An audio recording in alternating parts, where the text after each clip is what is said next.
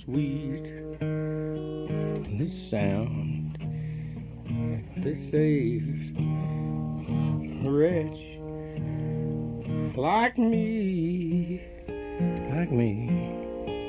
But I once was lost, whoa, now I'm found. I was blind, yeah, but now I can see.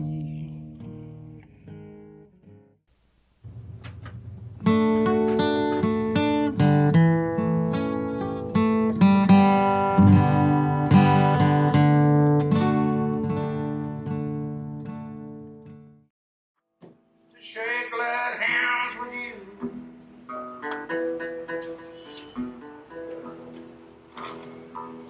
But now that I see your smiling faces, oh, baby, I don't know what to do.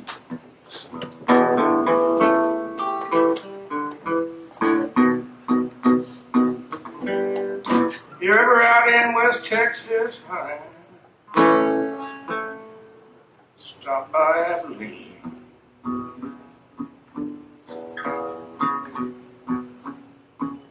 If you're ever out in West Texas, well, baby, stop by Abilene.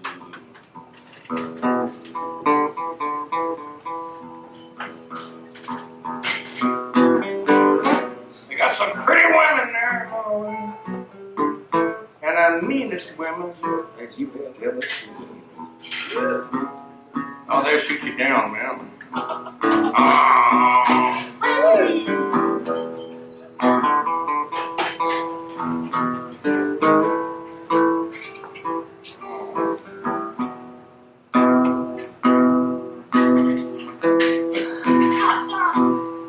we're making it work. All right, we're gonna be all right, mama.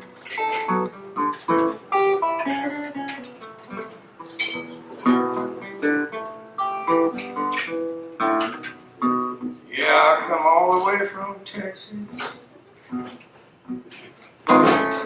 just to shake glad hands with you.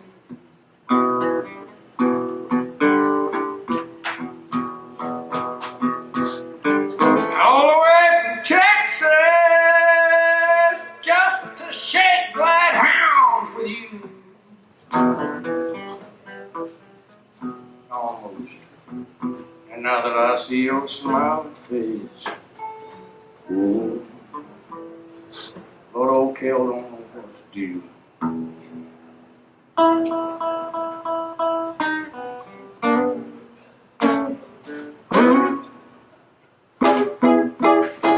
We made it!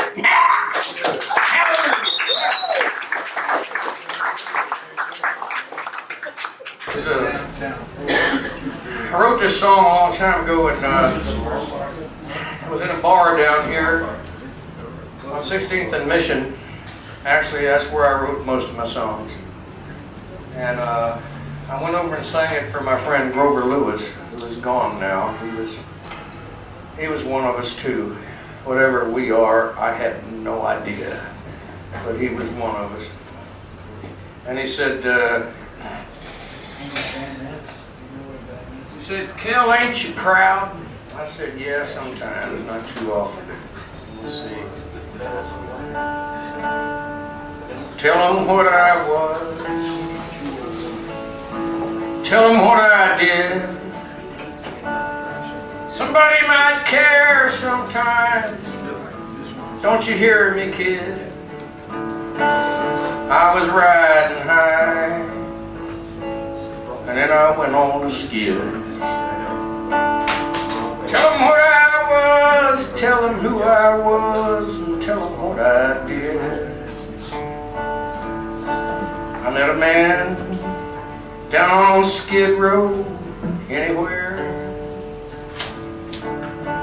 He was an old man drunk, and he told me this tale. He said, I used to pull the strings, son. I made the world go round. But last night I spent a shaky night in your jail. So tell them what I was, tell them what I did. Somebody might care sometime, don't you hear me, kid? I was riding high, and I went on the skid. Oh, Lord. Tell them what I was, tell them who I was, tell them what I did. I met a man in Arizona. Lord, he told me that he wrote books. Oh, they were great ones. He was the terror of the Golden West. But he gave it up one day, 'cause nobody really understood him. And could I give him 50 cents for his leather vest? Oh, tell him what I was. Oh, tell him what I did.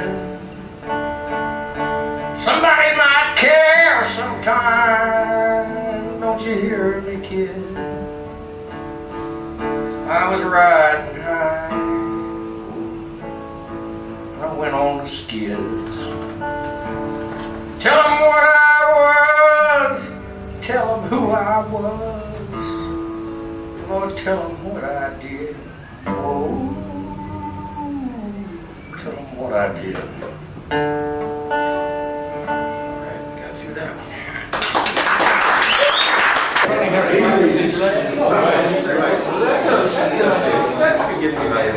Yeah, I guess. Yeah. Sterling Getty and Lawrence was talking about Kell and suggested that if you want the best cowboy poet in the United States to read for you, go check out Kell's stuff. And I was just telling Kell the first poem that I remember reading by him was a lot of years ago. Oh. And the first time I'd seen him read was at the Coffee Gallery. I left before the fight. And it was easy to see it was coming. And the first poem I remember when he was talking about it was he was sitting in a railroad water tower out along the tracks looking at the lights over El Paso, and I think the line was, "You shared your whiskey with everything." A package of damp Camels, and I shared my whiskey with everything. Everything. It was Christmas Eve. That's it. Well, I give you Kell Robinson. Oh, okay.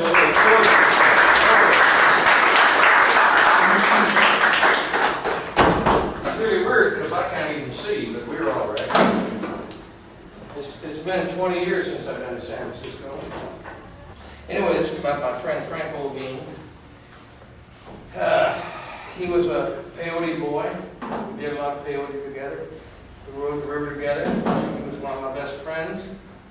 And he got killed in Albuquerque. And this is about Frank. Oh, Frank didn't die for anyone's sin, for anyone's dreams. He died because he got drunk and gave somebody a lot of shit. Somebody who came back later and put a switchblade into his belly and twisted it until Frank's blood poured out into the gravel of the parking lot with his life. Frank, from his little pueblo, couldn't go back. Lived with a white girl, couldn't go back. Betrayed his heritage by loving a white girl, could not go home. Frank, who rode in the white girl's car, a little pink Mustang, drinking Thunderbird by the gallon, eating peyote by the sack, not like he was supposed to, but breaking all the rules. Frank with his law degree, Frank 86, Frank puking up his guts and gallop alongside the railroad tracks where bottles of white port broken in the moonlight lay against the tracks and shone like an acre of thrown away diamonds for the trains to pass through. Where do they go to? God damn it, he would scream at me. And I'd shake my head and hand him the bottle. Frank, do you know now where the goddamn trains went? Were your guts on the ground the price of a ticket to someplace beyond all these boundaries we tried to tear down? Pull the whistle wide, man. You're the engineer now, man. And those are real diamonds out there.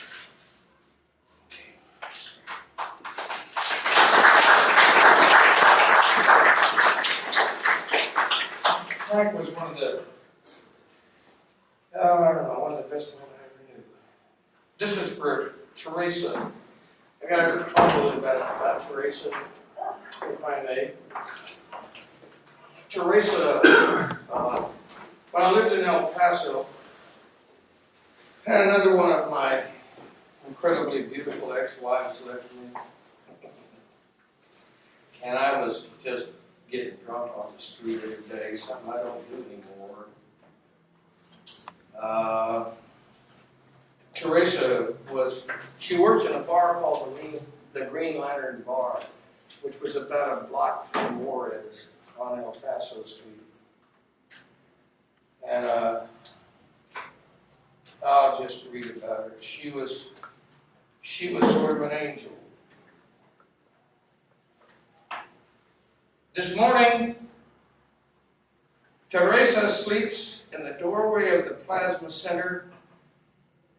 Teresa of the rotten teeth and sweet smile. Teresa of diseased sex, raped dreams. The cops can't arrest her because she'd infect all the other prisoners, and no social service will touch her. She blows winos for drinks of cheap wine and screws anyone for a glass of beer and a quarter for the jukebox. Her grin is black, the stumps of her teeth framed by scarlet lipstick. She told me once how she wanted to dance, dance, dance into the grave, with music coming out of every hole. I love that woman very much.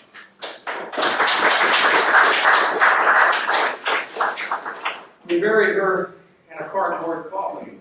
Nobody came to the funeral. Guys, now look at your faces. It was probably 40 years ago when this all happened. And I always, man, it's really weird. I'm supposed to be an old guy, and I don't feel like one somehow. Really don't, especially when I look at your eyes. All your eyes, man, looking at me. That's rather wonderful. I mean, my friend Keith Wilson, when we were down there at the Los Alamos, where they blew up the damn bomb, what the hell was that? White Sands, yeah. Keith said, look out in the world and I still see the eyes of children. From Hiroshima, Nagasaki, I still see people who are still here, and they are. Because as long as we are, it's going to be okay. And by God, I sound like a preacher, and that's enough of that. Okay, I read a poem. This is for Charlie. He was a friend of mine. The wind attempting to rip the corrugated metal roof from the barn, a constant whine above the rattle and squeak of structure being assailed. And we inside played cards and talked, drank wine and ate the pork and beans, sardines and crackers we stole from a supermarket 20 miles back. You borrowed my guitar and sang. Old man, of lost railroads and wet highways, the scream of trucks, drunken nights and women, a home and a dying father, your arthritic fingers clawing at clumsy chords, the beat a little slow. At dawn I made instant coffee over a tiny blaze and tried to wake you, but you were stiff, unbreathing, stark white and quiet. I left you there for someone to find, old man. A 3-day, 500-mile friendship finished, hitched myself to California. I hope they buried you without a stone, a man to ride the river with, in an age when the rivers are sick with filth and no one rides them. And once in a while, I'll sing your song. Lost railroads, a hammer in me. I cried. I don't cry when I read this stuff. Really, this is absurd. Okay. He was a good man. Okay. This is a song I wrote a long time ago. The Tulsa, Oklahoma of my soul is not the Tulsa where I was jailed for being on the street smiling and dead broke. True, it smelled of oil, but they would not jail me there, but lead me into honky-tonks where lovely Indian princesses dance to cowboy songs that play Woody Guthrie, and I'd be laid with love there.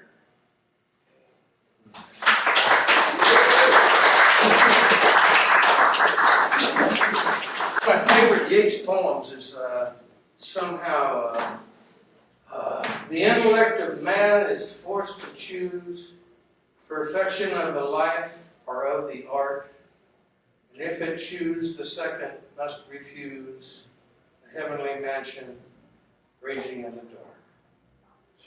Well, I ain't seen no heavenly mansions.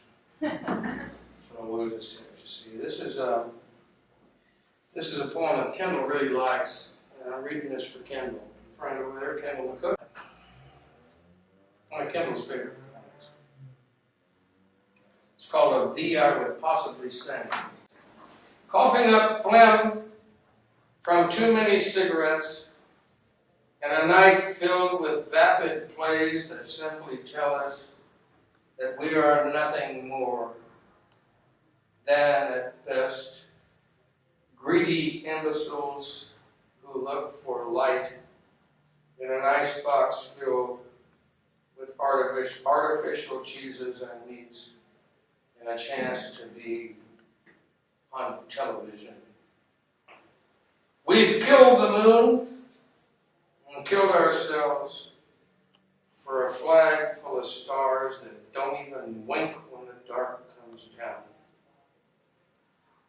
Oh, America, my land of milk and honey, dill pickles and pregnant women in the rain. Oh, my love, what have we done to ourselves? What magic have we buried in the backyard with the old parts of things that never worked to begin with? And where is Lightning Hopkins? And where is Hank Williams? And my Billie Holiday, where can you sing your blues? Oh, my love, where has our heart gone? Where is my heart gasping in a ditch like a soggy piece of soap being washed away and rained beyond us now, beyond the poison that we gave to it, the rain our friend we betrayed by sending it pieces of our own sad death. Oh, my love, the prairies ramble, the buffalo are gone, Leadbelly is dead, Woody Guthrie is dead, and my love, they built another fast food joint on the bones of those righteous things. And oh, my love, I have you back, drinking coffee in the morning from a hot tin cup over a fire made with our lives. Oh, my love, what can we do now? As it all sinks into the mire, oh, what can we do now? But lift our voices in a final song that will hopefully let the ages know we care. And in the face of death, we love.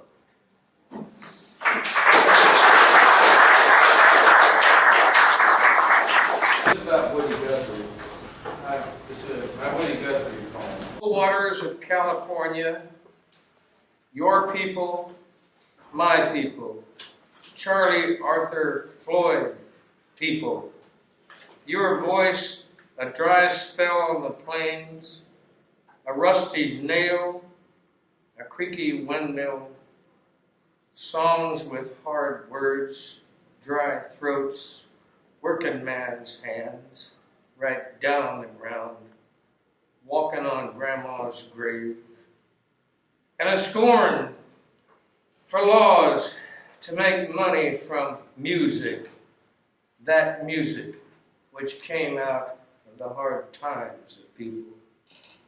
And the face of a starving child turns into dollars. For slick-eyed boys, stars only when the rhinestones glitter under the spotlights. But back there, Zapata swings his rifle around. You play your guitar and sing everybody's songs. And the eyes of man retain the fire to fix the fences, burn the whole goddamn down. I read that from a friend over there, Jason. We're out of ourselves, and we're going to play tonight in some place in Santa Cruz called the Poet and the Patriot. I guess we're playing 4 or 5 days here in town. And God, I remember when we came through Abilene one time. It was just like a matter of one of the worst jobs I ever had, man, working this carnival. And I was doing the 5 pen. 5 pens, you got 5 pens on the table. And if you set them just right, nobody can do it. But if there's a pretty girl comes down the midway, you slide them over just a little bit so she can hit it. And then you say, ding, ding, ding, ding, ding. A winner, we got a winner over here. Yes, yes, yes, yes, yes, yes. We're bowling for bears, friends. Bear bowling. Step right on up. It's going to be a wonderful show. You can't believe what will happen here today. Whoa. Yeah. All right, I'm going to try to sing this song. This guitar is out of tune. Anybody in here with perfect pitch? I think I have a tuner here. Why? You have what? A tuner. You have a tuner? Would you like to go with us? You. My. No, that's all right. Just put it down. It's like friends are. She had a tuner in her pocket. Lord have mercy. That's amazing. Yeah. Is it close? Okay, this is a song that Rod just asked me to do this, so I'll do it.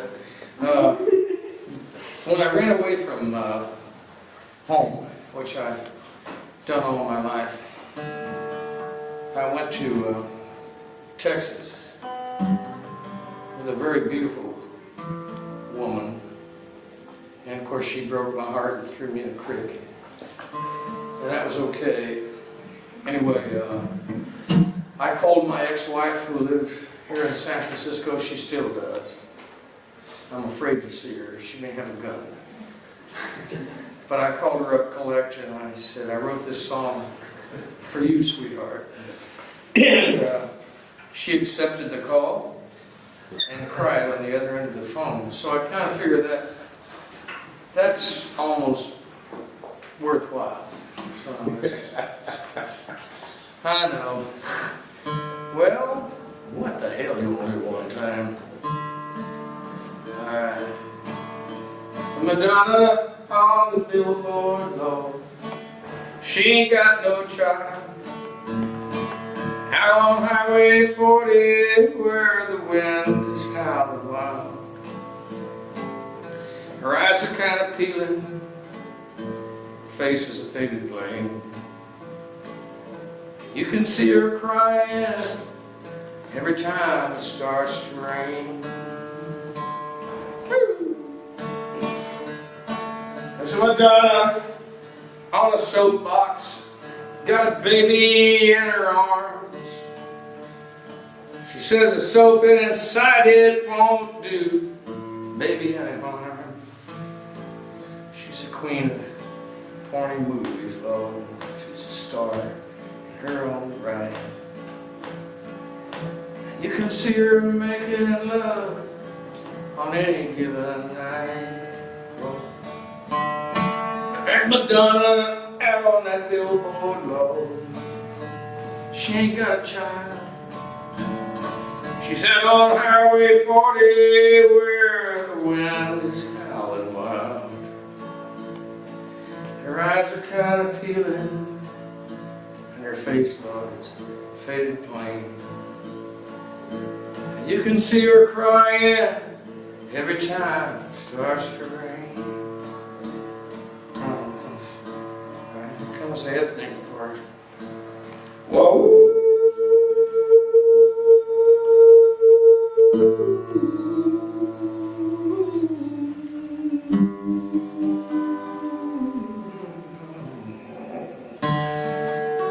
Yeah, I had to do that.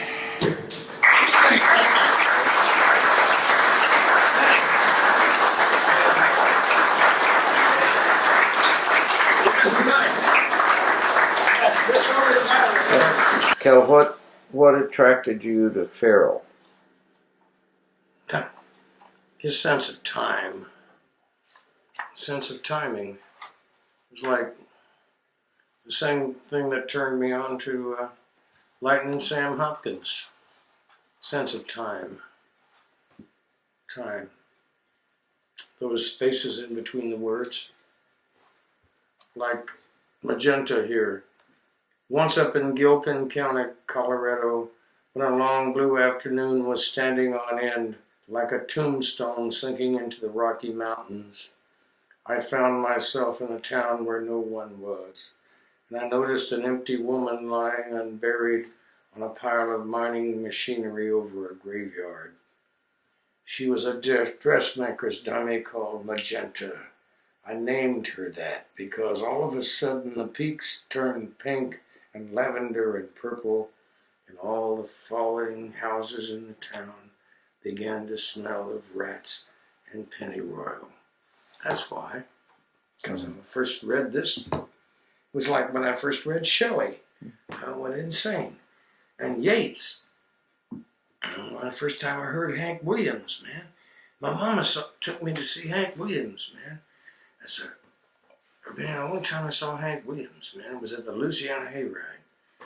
And he was so drunk, he knocked the microphone over and just got up there and started singing the Lovesick Blues. And it was just, I knew right away, this is something I've got to learn how to do and how to find.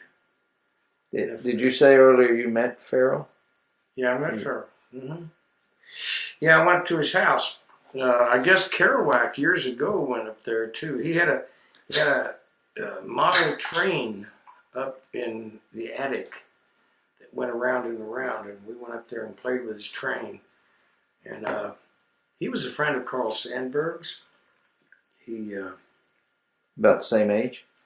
about the same age as Sandburg. Sandburg got famous, and he didn't necessarily. And I think he's a better poet than Sandburg, but that's just my opinion.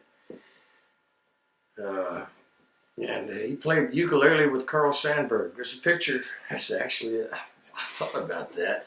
There's a picture of him playing the ukulele and Carl Sandburg's over there playing the guitar, and they're singing these old folk songs that they put together. Farrell was just one of my favorite people in the entire universe. And he gave me $20 for the road. He took me down and... How old was he then? Huh? When you met him, how old was He was 80. Hmm. And he took me down and to the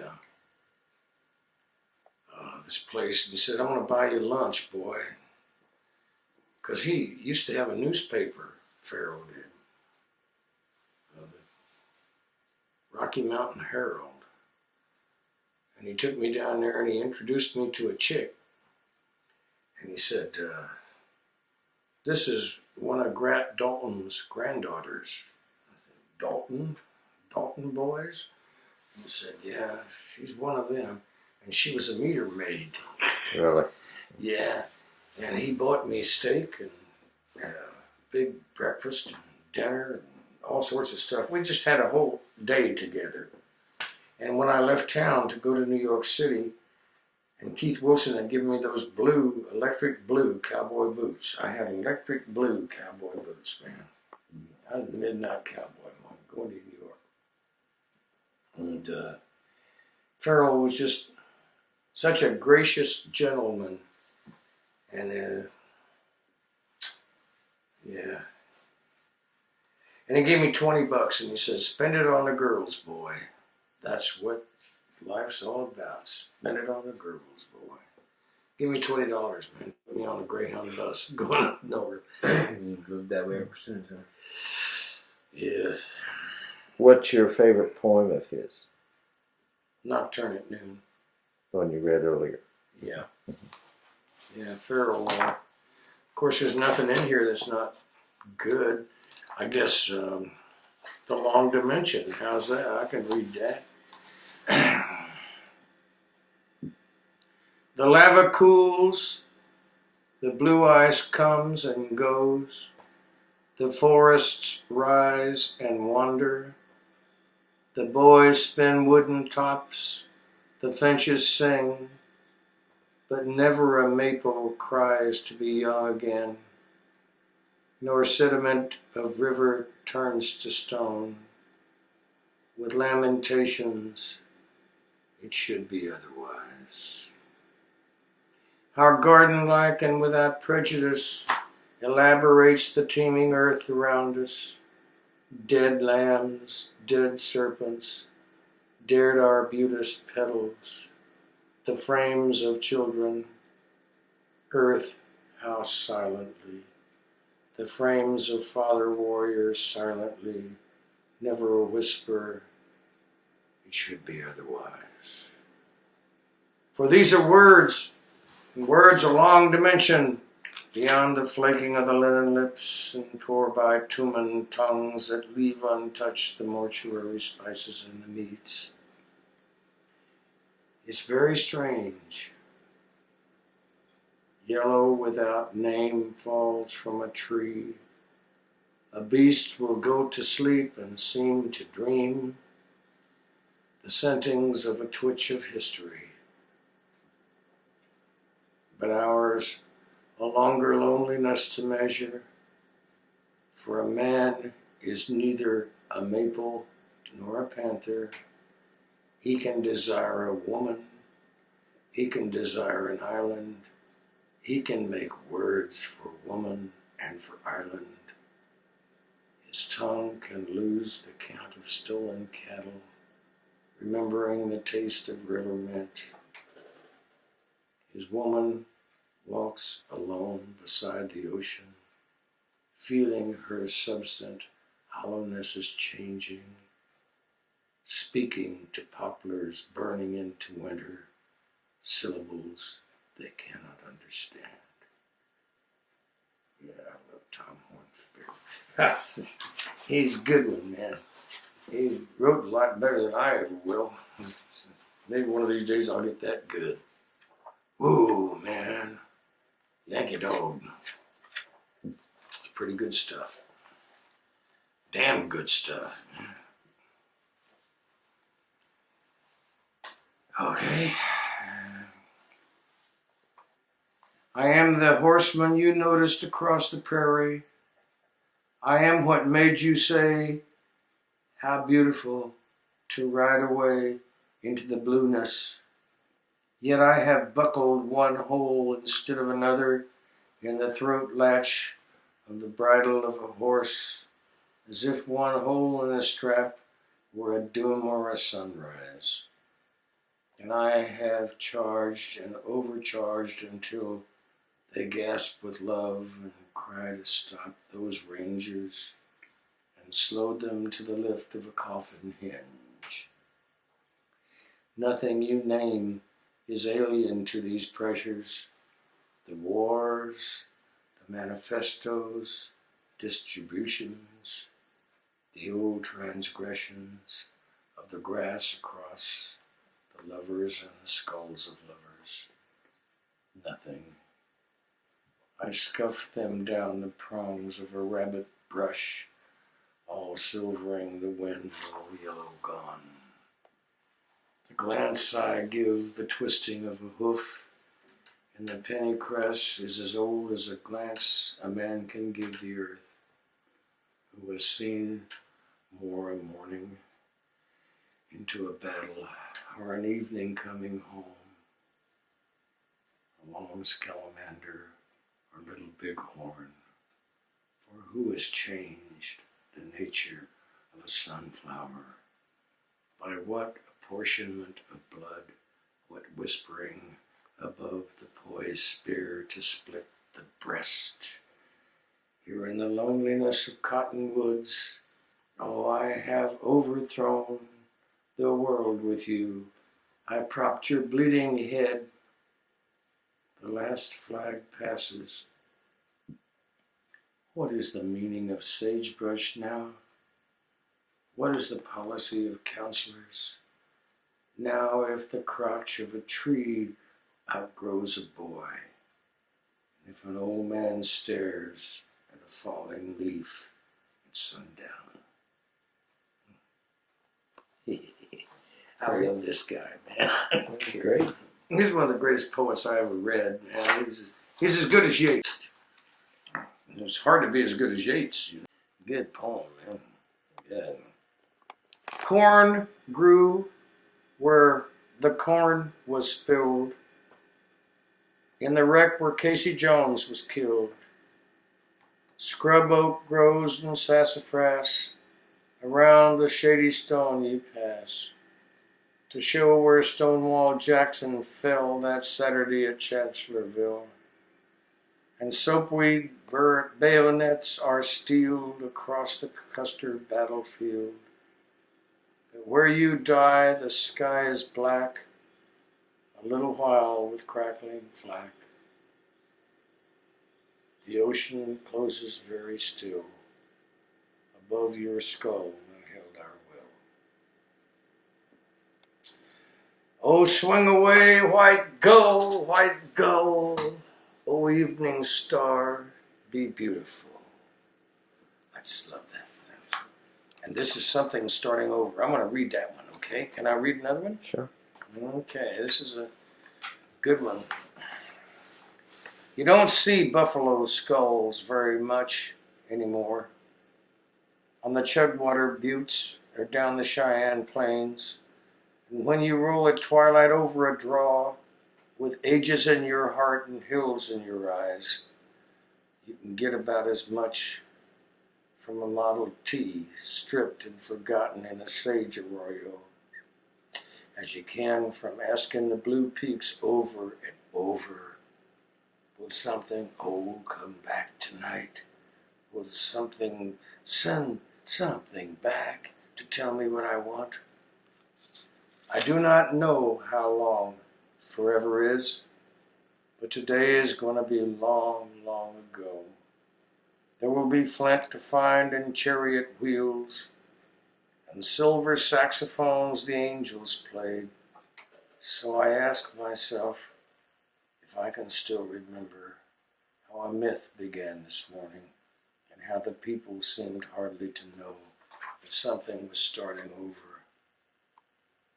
Oh, I can get along all right with old times.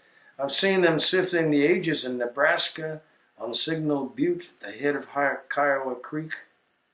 You can drink from a spring where old man Rubidoux had his forge and anvil up Cedar Valley. You can look back down that valley towards Scotts Bluff and still see dust clouds on the Oregon Trail. I entered the trench they cut through Signal Butte, and I pulled a buffalo bone from an 8-foot layer, and I watched the jasper shards and arrowheads bounce in the jigging screen, through which fell dust of antelope and pieces of the world, too small to have a meaning to the sifters. One of them said when I held a bone in my hand, "This might turn out to be the oldest bison in North America." And I could have added, "How strange, for this is one of the youngest hands that ever squeezed a rubber bulb to show how helium particles shoot through water vapor. And the dry wind out of Wyoming might have whispered, today's going to be long, long ago. I know how it smells and feels to sift the ages, but something is starting over, and I say, it's just as beautiful to see the yucca and cactus blossoms rising out of a ford in a sage arroyo on the Chugwater Flats, and pretend you see the carbon dioxide slipping into the poverty weed, and pretend you are. The root hairs of the buffalo grass beginning to suck the vanadium steel of an axle to pieces, an axle that took somebody somewhere to moving pictures and theaters and banks, over the ranges, over those cattle guards, took people to dance halls and cemeteries. I like to think of them that way forever. Dance halls and cemeteries. Bodies beginning to come together in dance halls where the people seem hardly to know that hymns are beginning too.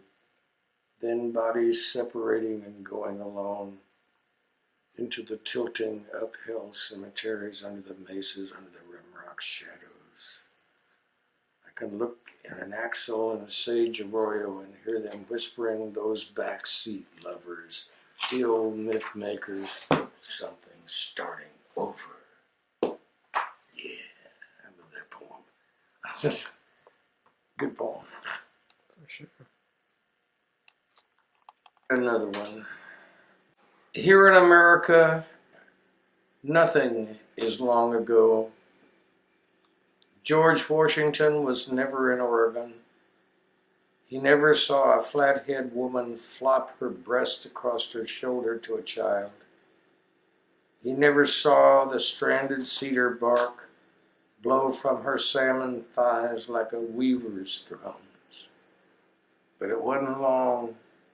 The corn came quick enough for Buffalo Bill to eat it out of a can in a barber shop, in a circus tent in London. You used to see the old man hanging round the city desk as if it were a bee tree. We cut the trees so quick for planting corn. Your grandfather on the wall had time to push a lever on a morning glory trumpet. A Edison talking machine with elephant to ride upon my wild Irish rose. Nothing is long ago.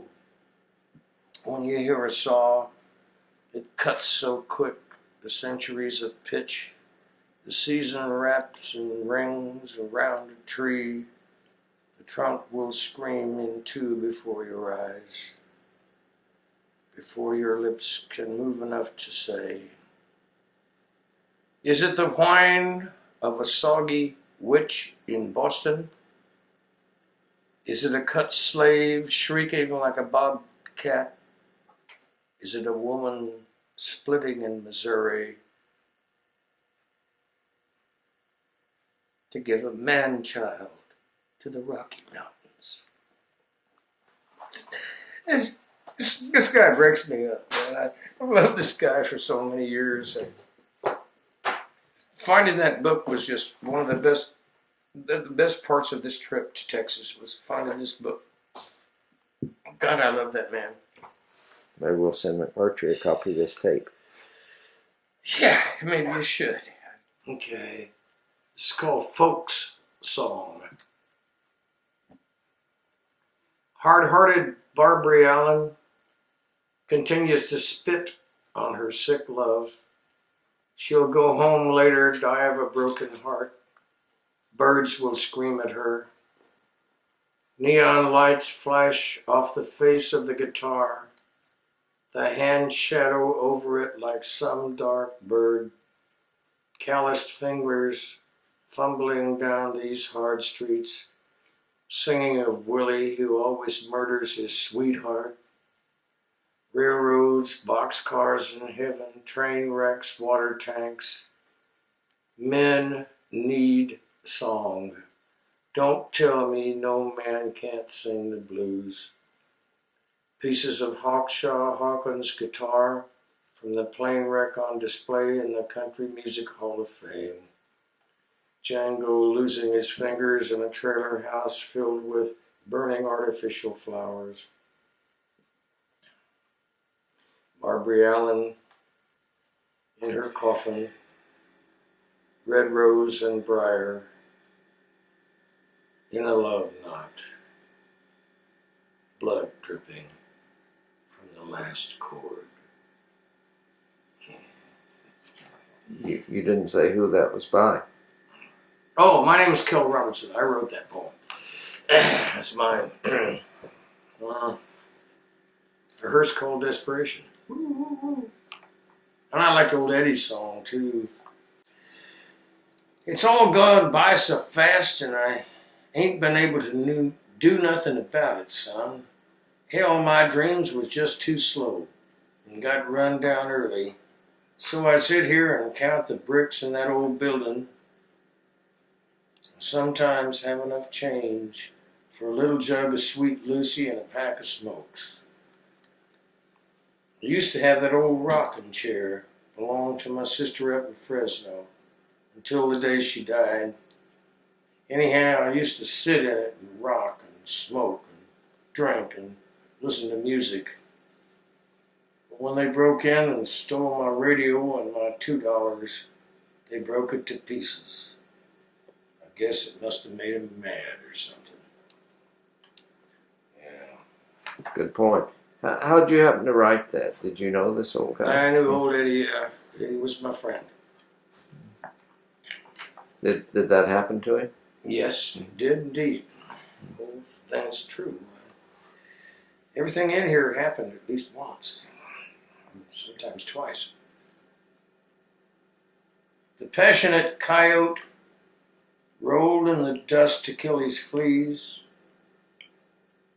But when he arose and shook himself, his eyes fell out and grew into a philosopher poet who wound up in a motel in Albuquerque telling jokes to himself in a cracked mirror.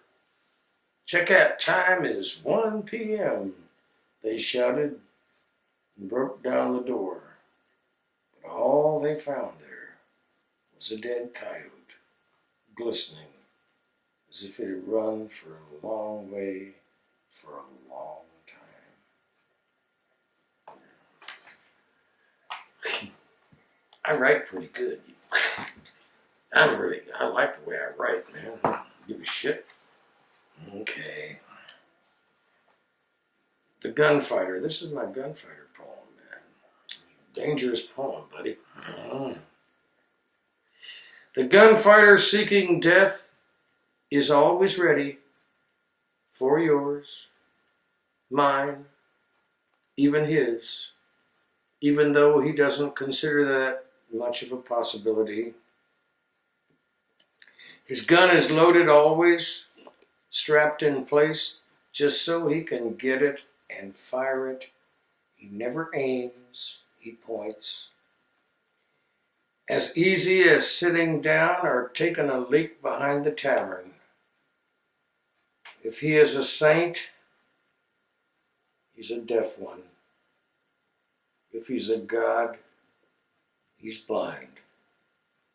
And if he dies, he'll shit all over himself, even as you or I.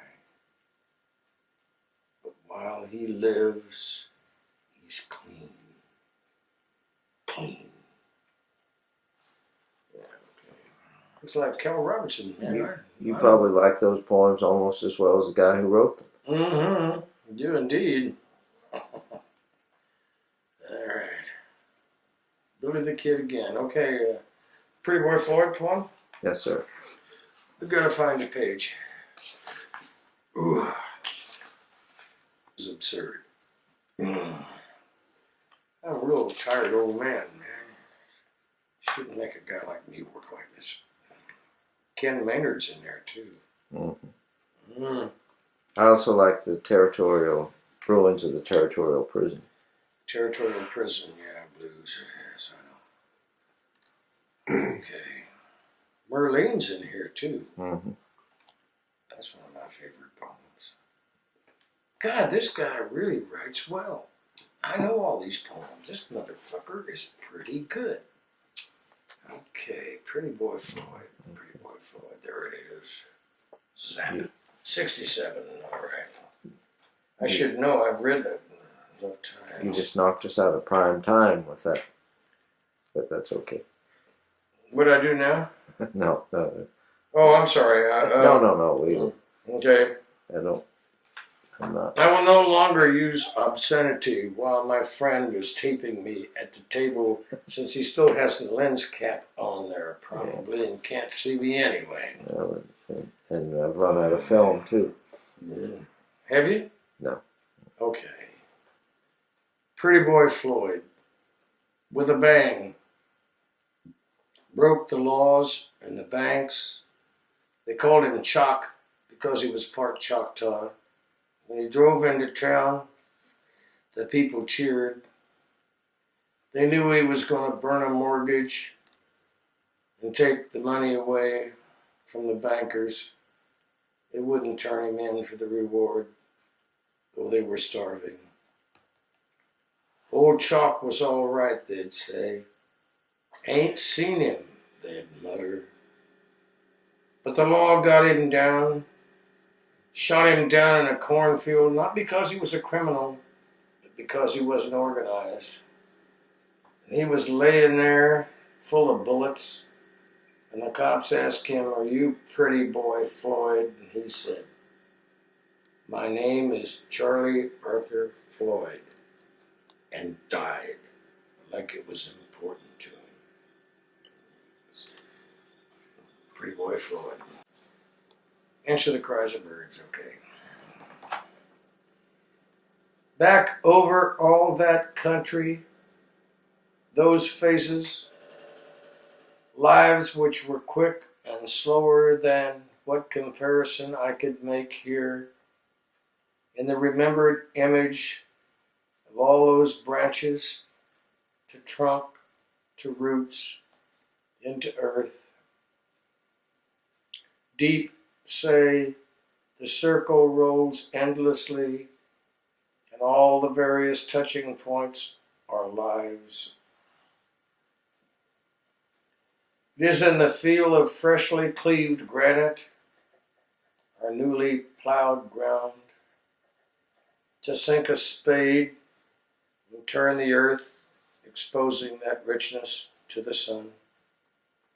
Our splitting the logs with an axe, or touching a woman again deep between her legs, that feeling of something always starting over, growth, earth, sky, fire, water, constantly changing in a changing influx.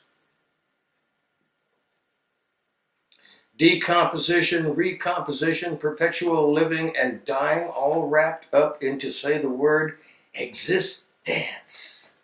Constant revivification, emergence, binds us in birth, death, but that we can conceive or escape from that cycle to some other kind of life, wrenching ourselves away from what is earth, dreaming vast biologies of the spirit, and spirit a word made by a creature out of earth expendable, theology, divinity, the sight of a maggot sickens us, but we are pleased when a flower blooms.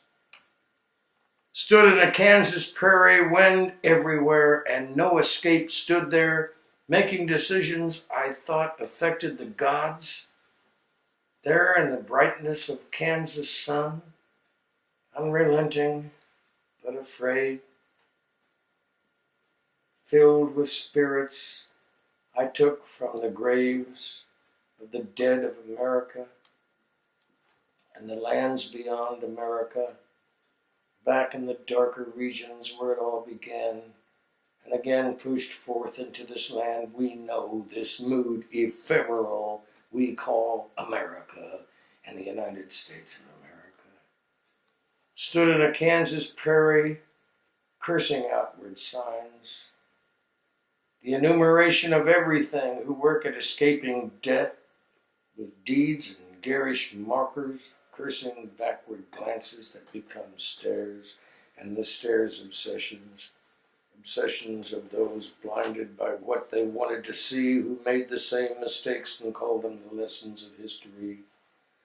A Kansas prairie, somewhere near the geographical center of the United States, marked by a sign, a motel, and a restaurant where a hamburger is $1, and the waitress, a bright-toothed country girl, symbol of peasant retaliation, smiles nicer the second day if you tip her well on the first, but pays you no mind if her lover, a tall boy in tight Levi's, comes ambling in, his eyes on fire with her, and the eventual night of blankets and a low full moon to touch each other in the light of. Your history's past this point. Ignore it as something that happens. Dandelion seeds in the wind. Stood on a Kansas prairie those years long gone and drew patterns that have turned into failures at making a business of life. A business of life? As though dollars and cents and a deed to this earth could answer the cries of birds sweeping over the hills on the edge of town, or the hills themselves, once the bottom of a sea, as though an idea and a few pieces of paper could compare with the wonder we blind ourselves to, the earth, the living, always changing, always the same, moving in a wind on a Kansas prairie anywhere. Circle completed, repeated, again. And a girl in lemon yellow pants walks through our conversation, and whatever we built with words, ideas just fell away as our eyes followed her tight ass into the kitchen. Dandelion seeds in the wind answer the cries of birds. Okay.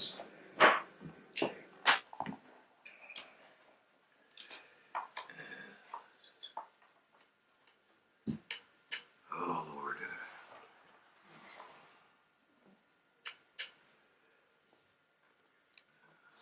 I have to read that real quick. Okay. They were the eyes of a God nobody wanted anymore. The eyes of an old yellow dog, mange-ridden old yellow dog. A truck had run across her belly, spilling guts and puppies. Her yelps were so loud, everyone tried not to hear. They looked instead at a convenient mountain range the sun was slipping behind.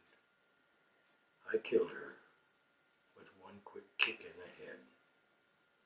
My friend said, "Look at the blood on your boot. How horrible. You really are vicious."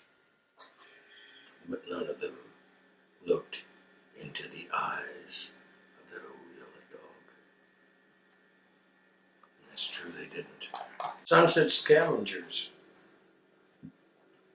That's what we are, lady. Chopping off chunks of the last 20 seconds of daylight to hold up the night. Scrabbling around like roaches, our eyes fixed on the tail end of a sun that will blind us, clattering cans with everybody's shit packed tight in them, choked up trying to sing.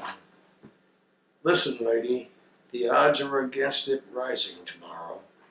Take this bit of light and hold it. It might be the last. It's all I have and everything you need. Arrogant poem. Arrogant. My friend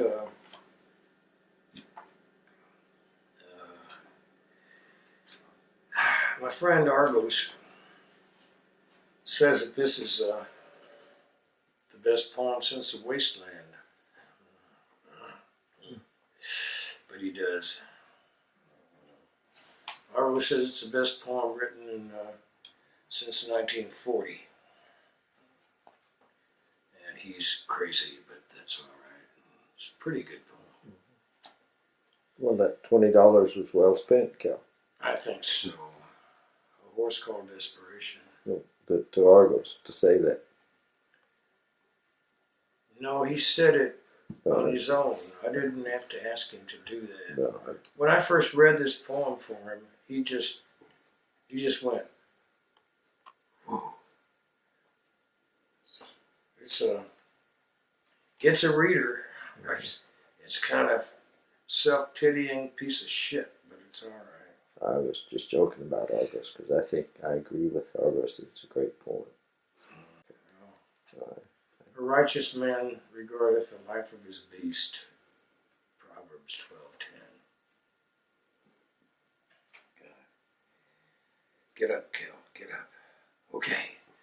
It's been a long day. We've been playing music a long time here. I ride a horse called Desperation, a bony nag, half blind and mangy, fast only because he has to be. He runs in startled leaps and cannot see where he is going. I give my horse the name called Desperation, because a man must put a name on things. The sunlight touches leaves, rekindles life. Light kills some creatures. Darkness is their hunting time. Mushrooms feed on decay. The worm is equal to the tree, the maggot to the man, and rocks are better than history books. Death as a shrouded figure comes from our imaginings, and the real death is no more than a twig snapped in the wind. The slap of a beaver tail on a mountain lake, the lion's roar, the squeal of a rabbit waiting for my hand to break his neck with a quick blow, a pig's squall before death or castration, the terrible cry of a hawk striking. The Indians who were closer to the earth were closer because it was where they were. And when the white man's whiskey came, they drank it willingly. They'd already scratched marks on rocks, or bent a grass blade down to indicate direction. The noble savage wanted those cheap beads, a mirror to see himself in. Powder and paint had already seduced him. He had placed a shell into his lower lip, a ring in his nose to make him suffer pain and be beautiful. Ladies wrapping themselves in corsets had nothing on him for vanity. Tattooing himself with suffering, he walked the jungles, searching for something to prove his courage by. A lion, maybe, or a man who disagreed. We have made the primitive more sophisticated. Rifles replace clubs. Atomic bombs are reflected in a polished knife blade. The slap of a beaver tail is a blip on a radar screen.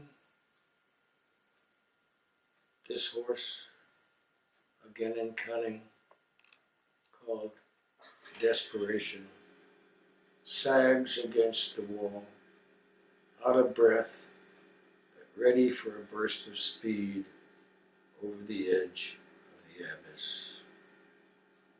Riddles, koans, parables, and the click and sputter of the pinball machine. A million billion points flash from the grinning lady whose legs, painted on glass, defy us with the crackling chips of their believability. This horse, pot-bellied because he's undernourished and overfed, could leap over the trimmed hedges for kings or queens, but it'll break 'em down for the hell of it on a windy night when the wind howl and the full moon drive his rider mad. This horse is mine, and magic. His eyes are crazy. He falls down and dies and rots and rises again to fall, and this time when he rises, it's like the sudden interest of a man on the verge of suicide, who's confronted by the need to plunge himself once more into the soft cavity of a woman's flesh and spend himself on that as if it were the only God he could believe in. This horse, my horse, called desperation, is the only horse that'll take me where I have to go. The coffee is cold, the fire's gone out, the girl I love sleeps in the arms of my accusers. Christ rolled the stone away and went to glory. Nobody will serve me anything. In my arrogant despair I turn to sing my song to a horse who was too weary to listen, but never too weary to carry me, jerking and screaming through the stark cold night and the flames. The geisha girl in old Japan, she reached out and smiled at me from behind her fan. I wish I was buying drinks back down in Tokyo, 'cause my geisha girl has turned transistor radio. Who did you write this for? Lee Christensen, and partly for you. 'Cause I remember when you got busted up there, I remember how much you hurt, man. Jeez. Yeah. He went through one, man, it was, you were going downhill. Yeah. Yep. What did I say to you? Something like, keep on keeping on? Mm-hmm. Something like that, yeah. Well, you also said when it comes to push and shove, you can always rely on self-love. Oh, that's a great song by Mose Allison. When push comes to shove, thank God for self-love. Santos would come through here, Ben Santos, 2 times a year. When he was going to the Philippines, and then when he was coming back on his way back to, he lived with his son and daughter-in-law in Colorado. And somebody said to him once, well, are those people you visit in San Francisco relatives? And he said, no, they're friends. And they said, well, why do you visit them instead of your close relatives in Los Angeles? And he said, well, it's a good question, because the guy's politics I totally disagree with. He's a communist or a socialist, and I'm not. But he said, I love those people, and I trust them. So that's why I go to see them every chance I get. Lament for April. The only way to tell the past from what was the here and now are glimpses in a memory of a drawbridge, greeting on hinges and dirty unshaved men wearing hoods and pointed slippers, holding spears and blabbering because the castle is tenantless, and all the meadow brooks meander in song. The deep silence sucks the air, bugles no longer blow. This is how I tell the past from the present. The present started a while ago, before men cried, what price glory? And my father died with Claudio, yet nobody talked about my father. Nobody knew him except those of us who loved him and missed him when he died. And to me, he stood for the present, the prefix to those years swirling around us, the year of the silent pictures and the violent men, Eddie Polo, Elmo Lincoln, Billy Dove, and Vilma Banky. What perfumes, I often wondered, did they spray on themselves? And who had them now, by the grace of God? The lips of Billy Dove, her smile and the sparkle of her eyes.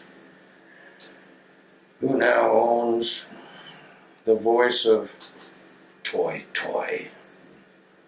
Who now is the strength of Dominador Gomez? Who now boxes with the violence and the grace of Dencio Cabanela? Who now is the courage of Pancho Villa, his hunger? Who now among those walk the streets of Silicon retains the daring and the passions of Joe Susara.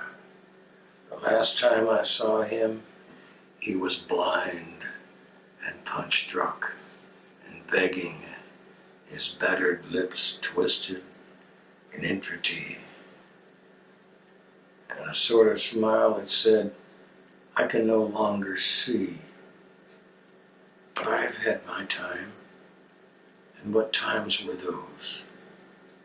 The shady trees and the frail boats, the bosom women, the narrow streets, and all the masked men at carnival time. There was that night the city policeman shouted out, with the PC's shoulders over a woman not named Helen. On that morning in May, the bodies of dead rebels lay in the dusty lanes at the gates of the churchyard in Santa Rosa. And Trinchadero, swinging in a turtleneck sweater, Ronquillo, berserk and bloody, where are you now? Who suffered by the deaths of those victims? And there was Quezon, his jodhpurs with a horsewhip tucked under his arm, as he cupped his palms around the lighted matchstick proffered by an officious fool. There is no stopping the mind, punch-drunk or clear, but to remember without distinction of past or present, although there is always the drawbridge, and there is the moat around the moss-covered castle, tenantless. One puts a stop to thought with a bullet, or with one of the many ways of torture that numbs, even when it does not kill. Forms of hunger and thirsts, a kind of love, a manner of hate and attitudes beyond definition, but not recalled so long as coins tinkle in the fountain and hope lives. In this, then, what you call the present, the era of loud men, alternately armed, alarmed, and fascinated by the mushrooms in the sky, and man-made moons terrible without wings. But I prefer distinctions, so that what overlaps obscures the truth, the darkness of a crime, or the brilliance of an honest deed. We allow digressions that tell the way tyrants are tortured by the peasants they have not succeeded in killing with privation and injustice, They tied one up by the feet. Remembering his woman, the peasants dragged her down the streets, her dress in tatters, her flesh no longer bearing his caresses, but the bruises of stones and clubs. They tied her also up by the feet and spit at both of them. Another tyrant died by fire with his arms around the only woman he had loved, and there was nothing more to remember or to forget. The obedient millions were scattered in all the frightened lands, where hunks of tanks and ships now lay rotting in ditches or gathering barnacles in the depths of seas. Brother, you are tired with your counting. Leave tyrants be. Speak of those who never die, who never come to violent ends, who spend their last days talking to flowers, preserving butterflies and birds, as though they never died. Their wings will yet brush the air and fill with music the coming of twilight. Think of your own twilight and make no distinction between the dawn and the afterglow. What lies between is history, or do you prefer the nights? The lamps sway too much in your agitated hands. The singing under your window is soft. The wind disperses it. What you really hear are ghost voices, although it is a time with stars. But what if there is no glow in the heart? That is what counts. That is what counts most. Nothing else matters. But who will tell the story of the heart? And who will translate into words the madness, the joy, the agony? Thus it all started. How to tell between what is no longer here and what still is.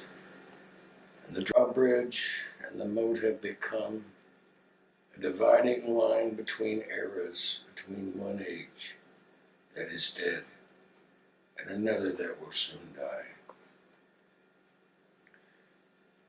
But these distinctions cannot be absolute. Look, even the seasons are altered. Love, you have altered them for me. That flower that blooms in spring now dies in June. And that is only one death in a month made for flowering. Okay. I did it all right, though. You think he'd be mad at me? No, Okay, you'd good. like it. What do you think of it? Oh, it's a good poem. Yeah. Oh, I love that guy, man. I always liked that guy. Yeah. That also has one of Mr. Go's tooth marks in it. Good book. This book? Mhm. Oh, good. Oh, it's a good one. Well, what I started to tell you is that I wanted to do a documentary of you and Ben Santos and Grover and Ramon Tapales. Ramon Tapales Oh, Ramon, yeah. died 5 days after his 90th birthday. One of the most talented people I ever knew. Wonderful old guy. I hate to disappoint everybody, but I haven't died yet. Well, but I think I'll go with that. But the other three. I don't intend to really quickly. H.L. Davis wrote about Thomas Hornsby Farrell.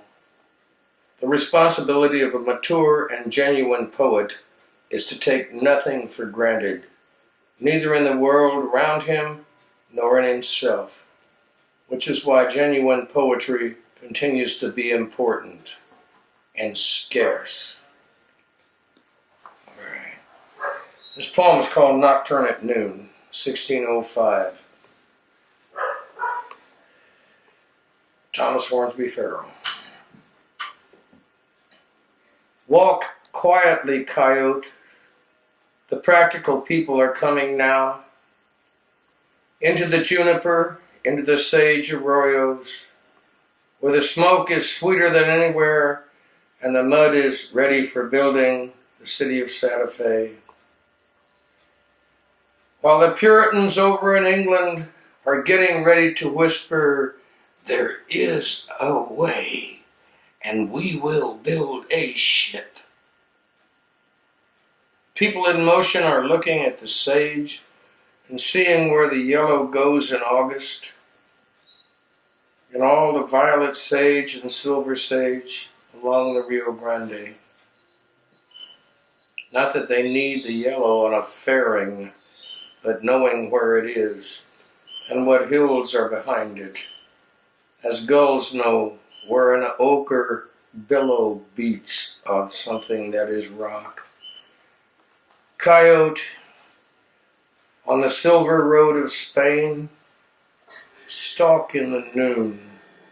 The little mice are dozing while you are panting. Evening comes to Spain. Darkens the sculptured rats in Tarragona. Closes the last civilian marigold. Blackens the windows in Our Lady of the Sea. And the sailors' sheds grow dim in Barcelona. Be soft, coyote of the noon. Far to the east, there is an evening that is more than many nights. This evening, for the first time in the world, Will Shakespeare leads a madman to his heath, against the wisdom of a patient fool. This evening, for the first time in the world, the little hoofs of Don Quixote's nag start striking fire from the flinty roads of Spain. A little trot today, some salty grass, the first star and the last pale cloud are set. The cloud is over England, Lear is ebbing into the northern lightning of the air. Somewhere there is a storm, my Sancho Panza. The star is sinking into the Rio Grande, where cradle flower with teeth white as a beaver's laughs at her lover, medicine of corn, weaving his body through a hoop of ocean. Be still, coyote, in the noon. You cannot see the sinking of the star into the burning slit of the Rio Grande. At noon, coyote, stars are frail as pollen. But Lope de Vega's gone to bed. Philip III has gone to bed. The child Velasquez sucks his thumb in the blackness of Madrid. But Will Shakespeare hasn't gone to bed. And over England lightning flashes. Soft coyote. Lear is mumbling into the northern wind. Quick, to the south, coyote, look. Is it a rabbit in the noon? No hair, coyote.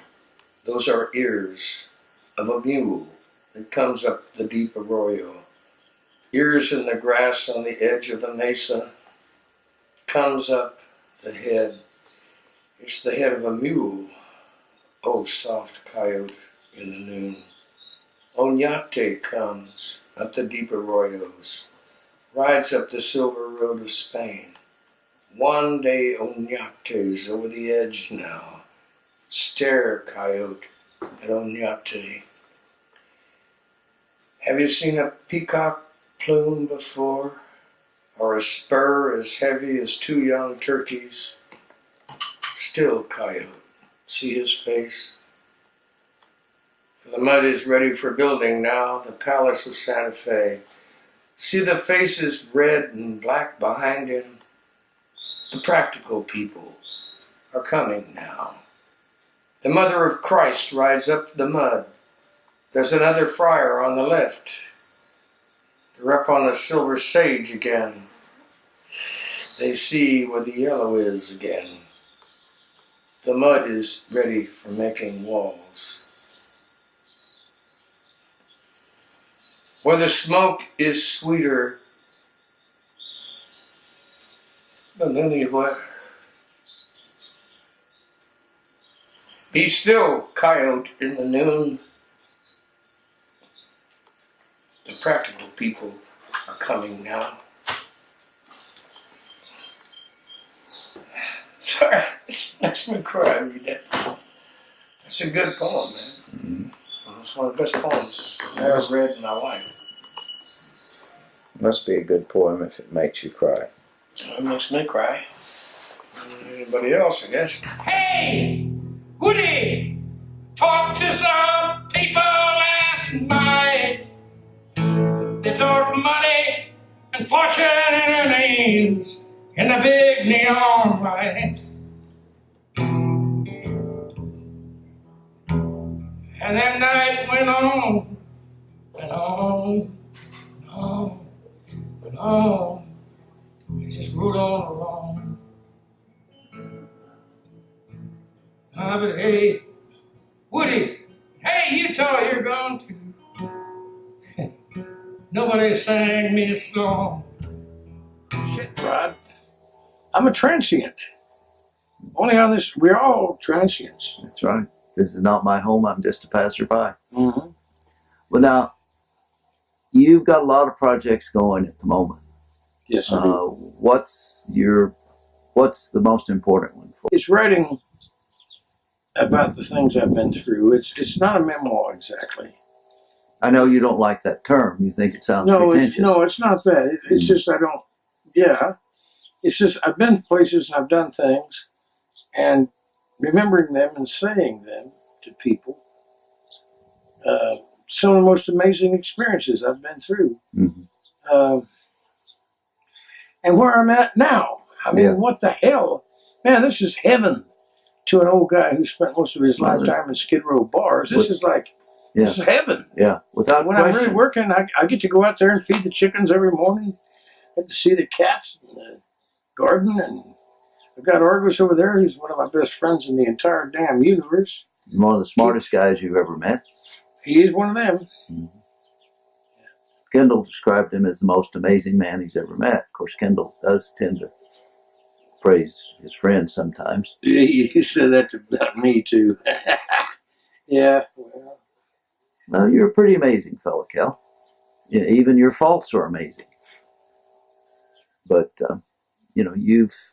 I think that part of your story is a tribute to all the good people you've met.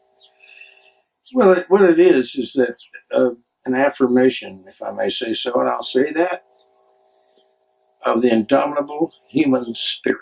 Mm-hmm. That's what it's about. Mm-hmm. It's about a whore I met in Dallas. It's about a hooker down here in Albuquerque that was over at Mitch's house for dinner, and she's a stripper, and who read my book there at the table, and she read it all aloud in front of everybody. And then she told me, when she met me, you can go down there and do that poetry reading at the Silver Saloon. But when you get finished, and you go back to that motel room, your ass is mine, cowboy. And Kendall came in. He didn't realize that she was there. He came into the motel room, and man, her bra was on the ceiling.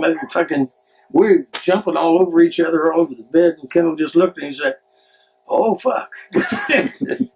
And she said, I don't know how to pay you except this way. Hmm. It's amazing. I'm going to give you some loving, cowboy.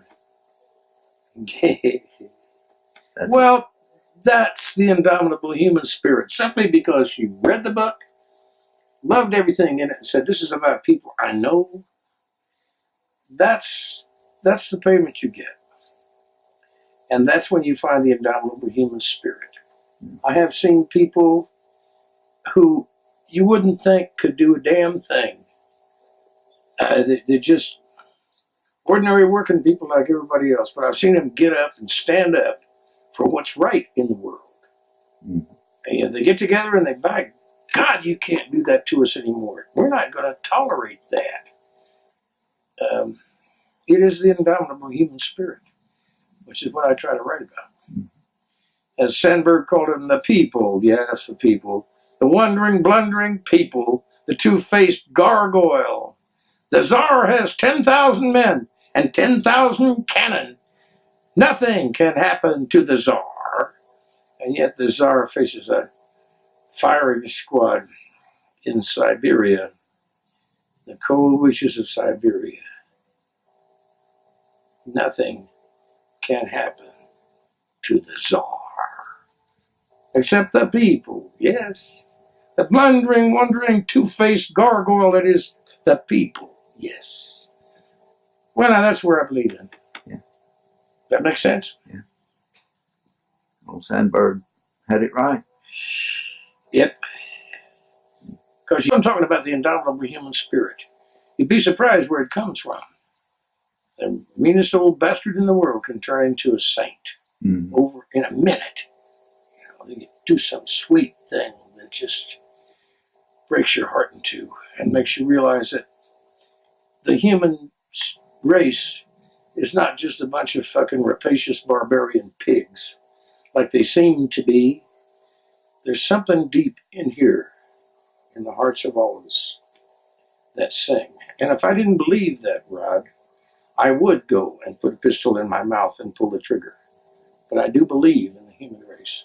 Mm-hmm. And I believe in love and truth and music and life and all those things. I can't give up on that. So that's why I write. Mm-hmm. That's why I sing. You know, as Garrett said in that song that we wrote together, the canyon cutting river takes so long. But a cowboy in his heart can only sing song. And that's it. Put it into a song. Or whatever you do. If you paint pictures, whatever the fuck you do, try to make the world a better place while you're here, if you can. And if you can't, at least leave something behind for the next poor fool who comes down that road.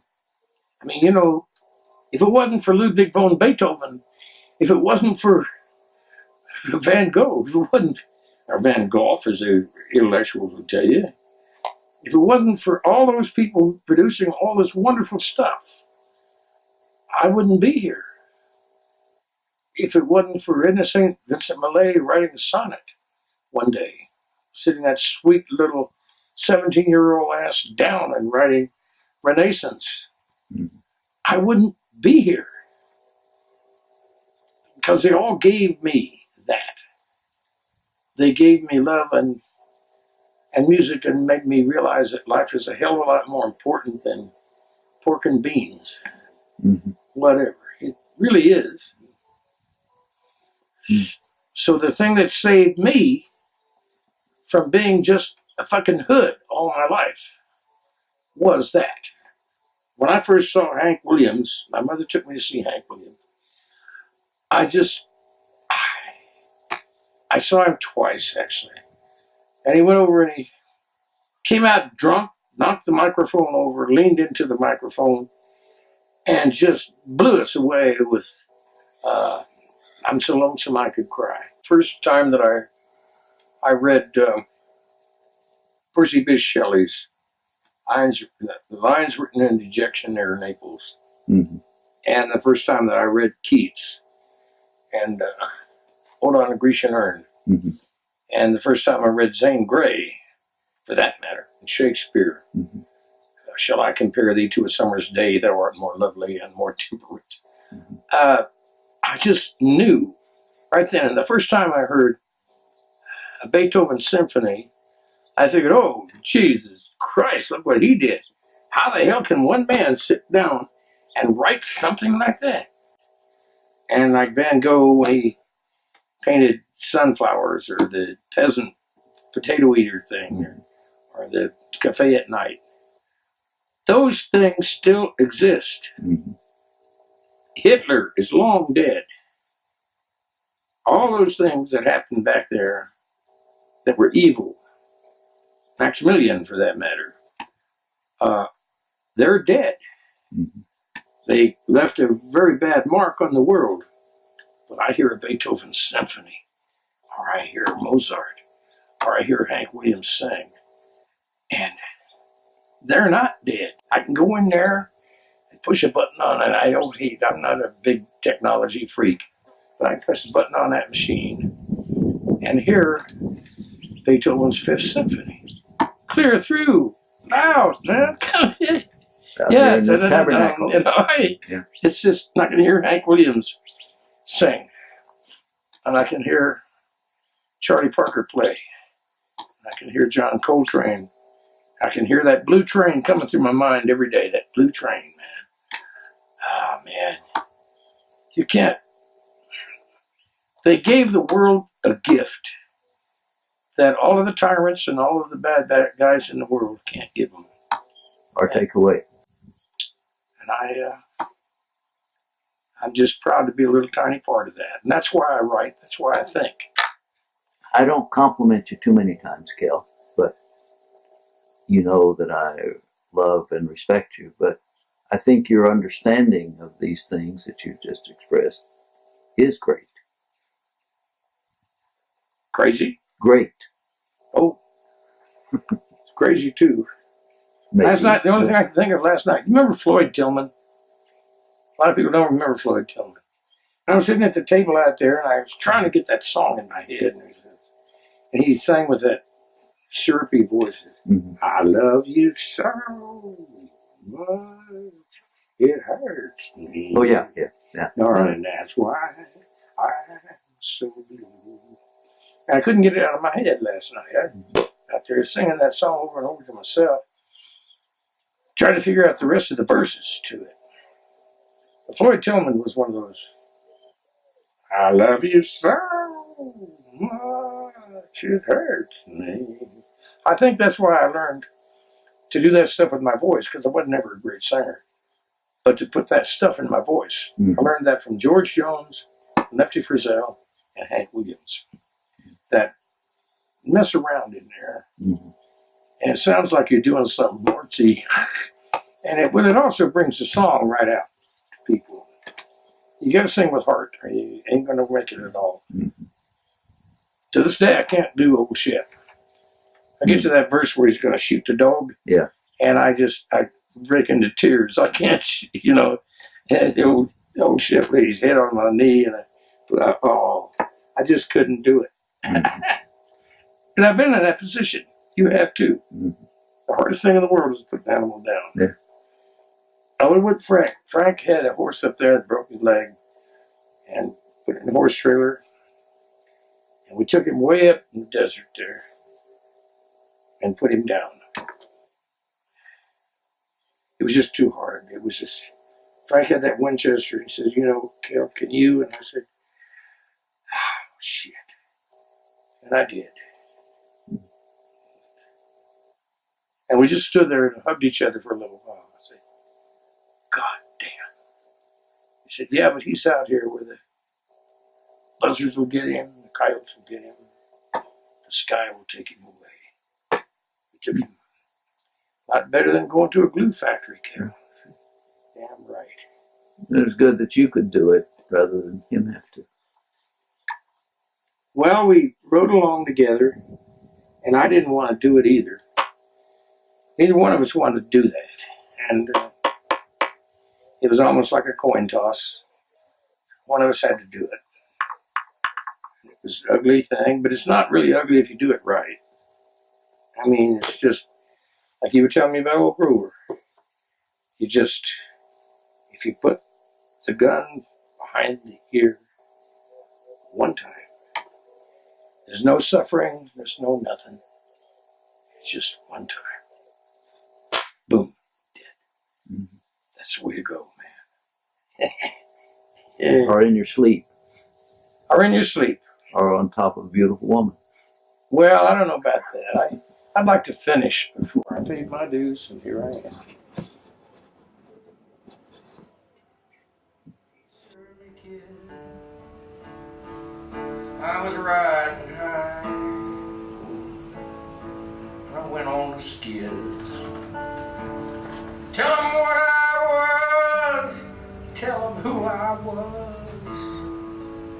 tell them what I did.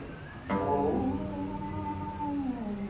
tell them what I did.